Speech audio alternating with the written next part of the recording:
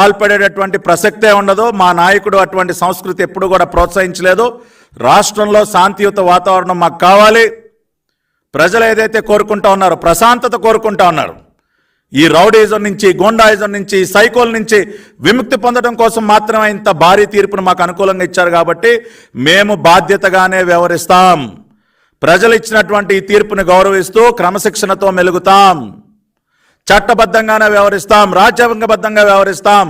కానీ చట్టం యొక్క పవర్ ఏంటో కూడా చూపిస్తాం. ఈ సైకో మొక్కల యొక్క సంగతి ఏంటో తెలుస్తుంది. ఎందుకంటే అది కూడా ప్రజలు కోరుకుంటున్నారు. వీళ్ళెవ్వరిని వదిలిపెట్టొద్దు సార్, చట్టపరంగా వీళ్ళందరినీ శిక్షించండి సార్.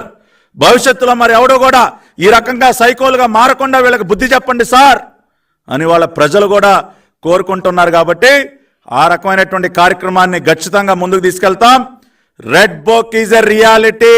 మీరు చూస్తారు నారా లోకేష్ గారి red book, it is a reality.